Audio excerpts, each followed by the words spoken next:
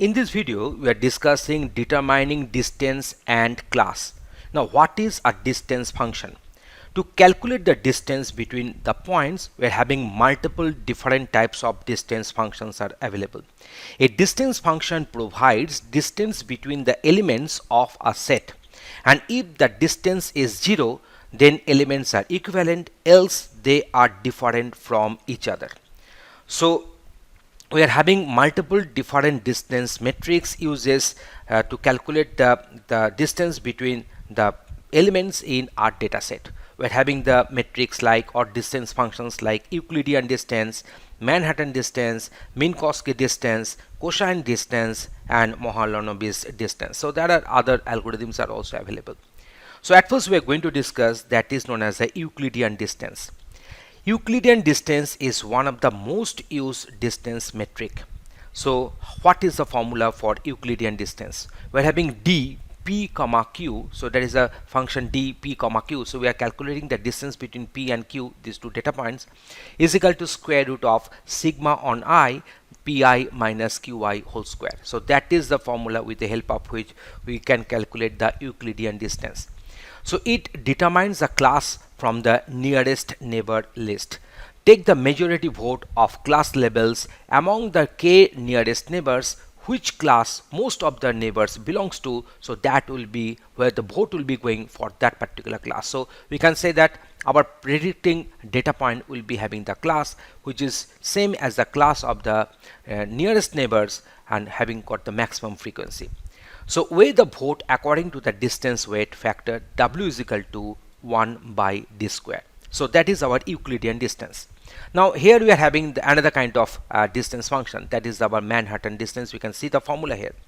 So we will be using this Manhattan distance if we need to calculate the distance between two data points in a grid-like path.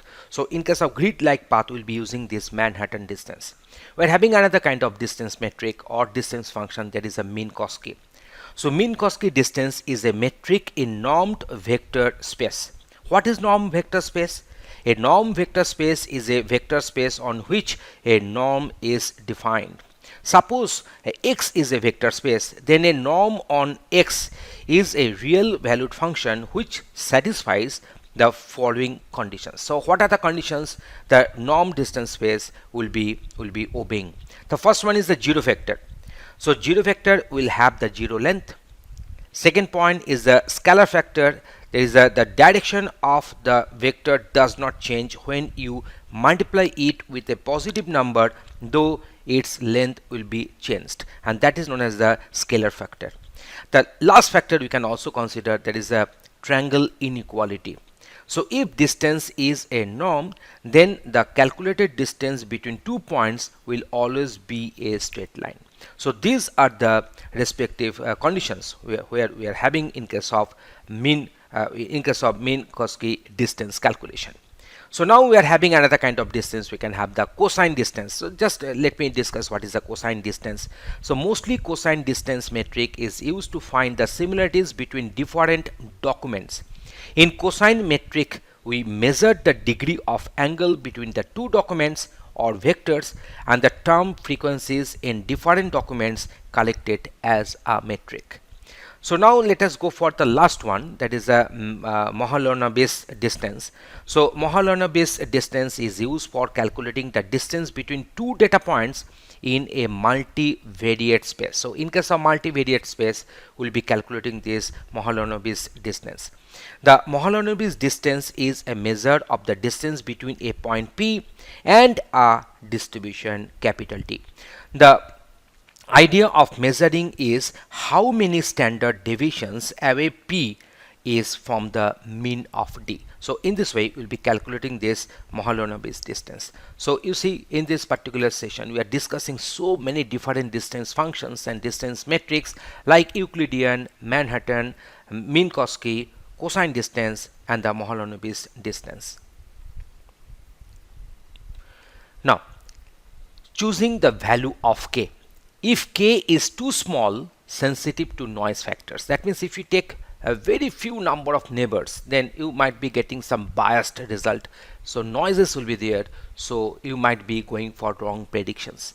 So if k is too large, then the neighborhood may include points from other classes. So that's a very challenging situation. So we should go for optimum value for k. So attributes may have to be scaled to prevent the distance measures from being dominated by one of the attributes. So let us go for some examples here. What are the attributes we are talking about? So the height of a person, just consider the height of a person may vary from 1.5 meter to 1.8 meter. So the person's height may vary from 1.5 meter to 1.8 meter. So now we are having the weight of a person may vary from 90 pound to the 300 pound. Income of a person may vary from say $10K to $1 million. So you know that the scaling issues are always there. So problem with the Euclidean distance, why we are considering this particular problem with the Euclidean distance topic, because you know that Euclidean distance is a very common distance metric we used to use in our neighbor calculations. So for the high dimensional data, cards of dimensionality. For high dimensional data, there are so many feature variables and all. So in those cases, Euclidean distance will be very inappropriate to get implemented, and can produce counterintuitive result. Counterintuitive means something that is counterintuitive. That means that does not happen in the way you would expect it to be. So that is the point. So let's consider this particular binary pattern. Now you see, if you calculate the distance between these two data points, so just go on the just go for the subtraction. You know, 1 minus 0 is 1, then rest of them, if you go on subtracting bitwise, we are getting 0, then 0 minus 1 is 1. So that 1 and this minus 1, that 1, this minus 1, if you take the respective squares and go on adding them, and then if you take the square root, so it will become square root of 2. So distance will become 1.4142. Same thing will happen for these two data points. You know that here you can find that these two data points are having the respective bit pattern is totally different from the previous case study. But here also 1 minus 0 will be 1, square of that will be 1, 0 minus 1 will be minus 1, square of that will be 1. So 1 plus 1 is 2. If you take the square root according to the Euclidean distance measure equation, so you'll be getting the distance is equal to 1.4142. So here you can find that we are getting the same result, but the bit patterns are completely different. So the solution is that normalize the vectors to the unit length. So in this particular video, we have discussed so many different distance metrics and distance functions that we can be using while deciding our nearest neighbors. Thanks for watching this. To have the better idea that how to calculate the distance and how the number of neighbors, that is the k, the value of k, will decide the class of the data point test row. So here we have taken the Irish dataset. We know that in case of Irish dataset, we are having three classes: Setosa, Versicolor and Virginica. And we used to have 150 number of records, 50 for Setosa, 50 for Versicolor and 50 for Virginica. But here we have taken 5 of them. 5 for Setosa, 5 for Versicolor and 5 records, 5 rows for this Virginica. In case of Irish dataset, we are having 4 feature attributes: sepal length, sepal width, petal length, petal width, but I have taken only 2, sepal length and sepal width, only for the better visualization and idea. So here we will be calculating the Euclidean distance, we will be ranking them, we will be calculating the Manhattan distance and we will be ranking them. So at first let us plot the scatter plot here. So what I'm doing here, I'm just going for the scatter plot. Just see the steps here.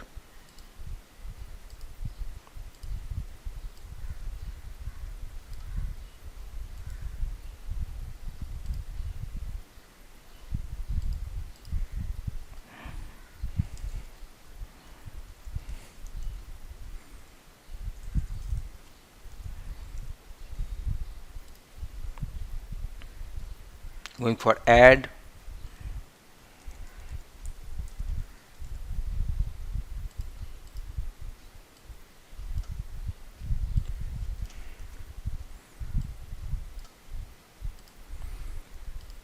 So Versicolor and Setosa, they have got plotted.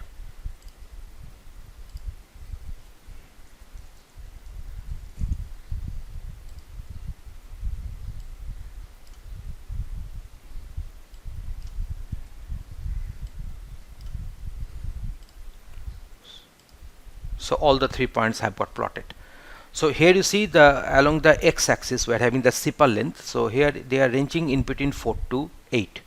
So let me go for that. I'm just making this one 4 to 8, and for this one I'm finding they are ranging in between 2 to 4.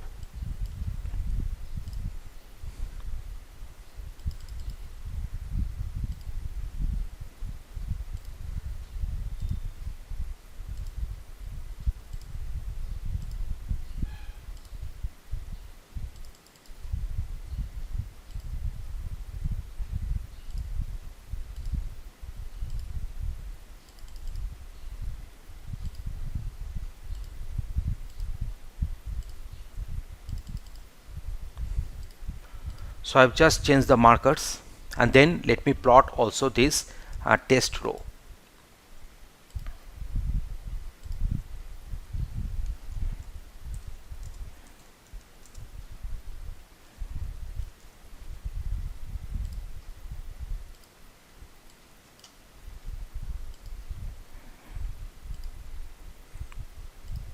So that point also has got plotted.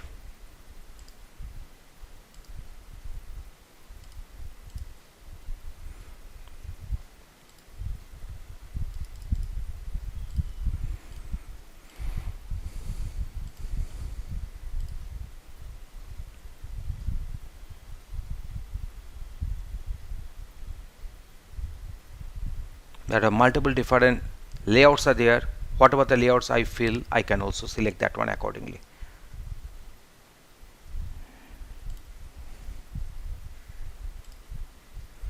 So let me select a layout where you will be having the chart title and all.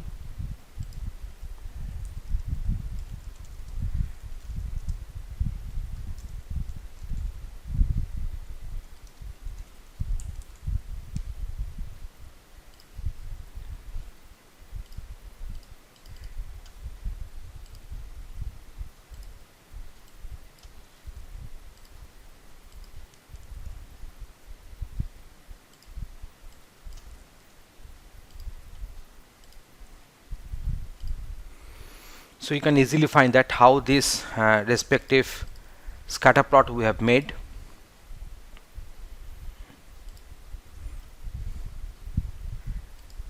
Now there are different kinds of styles are there. So whatever the styles we prefer, we can also put it according to the respective style. We can have this respective cases. So now this is our scatter plot on this Irish data set. So from here, just going for the observation, you can find that this is our test data. This is our test data. So if you take, say, k value is equal to 5, that means the 5 nearest neighbor, I'm finding that these are the values which are nearest to this.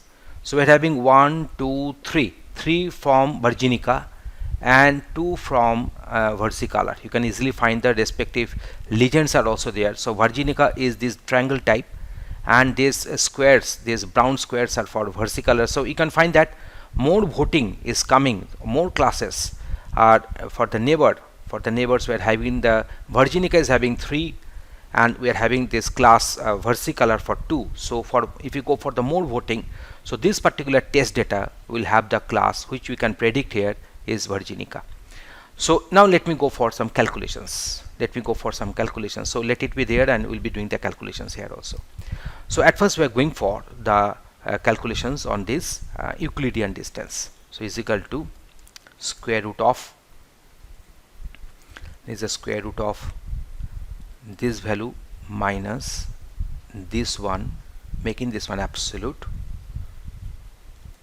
square of that plus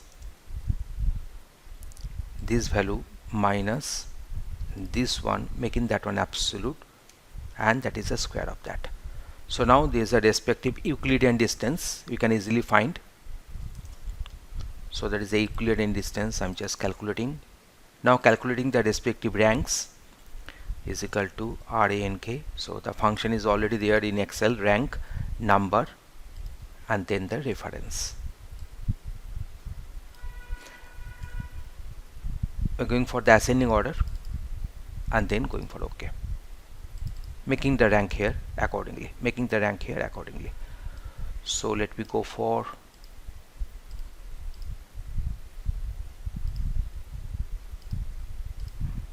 So I'm getting these respective ranks here. So let me check once. Let me make this one absolute, I think. Yes. Now going for the rank. Yes, I got the rank. Now I want to take the bottommost 3. So bottommost 5. I'm going to take bottommost 5. So 2 of them are coming from versicolor and 3 of them are coming from virginica. So what I did, I calculated the Euclidean distance. The equation is x1 minus x2 whole square plus y1 minus y2 whole square and whole square root of that. So that is our Euclidean distance, and then we did the ranking. We calculate the rank. That means this 1.3 is in which rank in this particular set of data. So in the descending order we did. So the minimum value is having the rank 1 and the maximum value will be having the rank, the highest one. That here it is 15. So now we can, in case of Manhattan distance, we'll be going for the x1 minus x2, x1 minus x2, that is our absolute of that, plus y1 minus y2 absolute of that. So in this way the values are to be calculated. So let me go for that. So I'm going for this, and that is my ABS of this one minus this one minus this one. Say we are taking the absolute, so the order is in irrespective. So ABS of this one minus this one.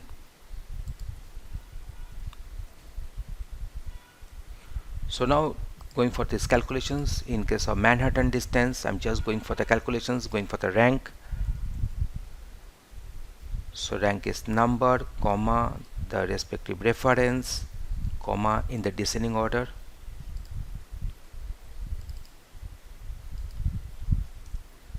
It is in the ascending order, not descending. 1 means ascending.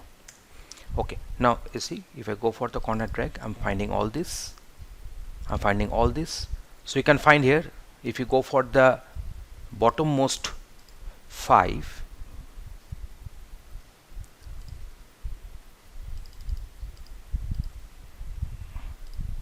you see the Manhattan distance is also showing the same thing. So we are having the respective calculations, the respective scatter plot. So from here we are finding 1, 2, 3 neighbors from virginica and 2 neighbors from the versicolor. So voting is more for virginica. So I can predict that this test row or this test data point is having the class that is our virginica. So here also find that in case of Euclidean distance and also for Manhattan distance, I'm getting 2 votes from versicolor. You can easily get it, 2 votes on versicolor. So these 2 actually, and then 3 votes are coming from virginica. So we can predict that this particular class should be virginica. So this particular class should be of virginica. So in this way, the nearest neighbor, these algorithms are getting executed, are written accordingly, and the distance matrix and distance functions are getting calculated as I have shown you. So this is our Manhattan distance, the respective ranking, and these are Manhattan distance calculations. This is a ranking for this Euclidean distance, and these are Euclidean distance calculations. Thanks for watching this video.